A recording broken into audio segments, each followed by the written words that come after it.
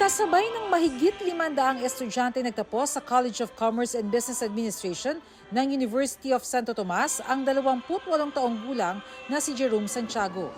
Tagumpay na maituturing na nakagraduate siya sa kabila ng pagiging fully blind. Mahigit 1 taong gulang pa lang noon si Jerome nang ma-diagnose na may congenital glaucoma. Dumaan siya sa ilang operasyon pero tuluyan pa ring nawala ang kanyang paningin sa edad na siya. Naging hamon sa kanya makipagsabayan sa ibang estudyante. Greatest difficulty with dealing with visual materials sa mga lessons like graphs. So I always ask assistance from my professors and classmates. Sa tulong ng Braille at makabagong teknolohiya, nakapag-aral si Jerome. Ang nakakatuwa ay talagang masikap. Talagang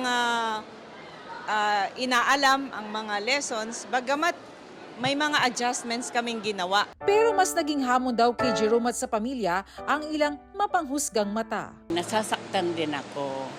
Meron din kasi mga tao na hindi makaintindi kung ano yung kalagayan nila. Pero hayaan mo lang sila, basta go on. Congratulations sana. Trust your abilities din and believe in yourself. And sa mga panahon na nandun na talaga yung part ng inaccessibility challenges as visually impaired student,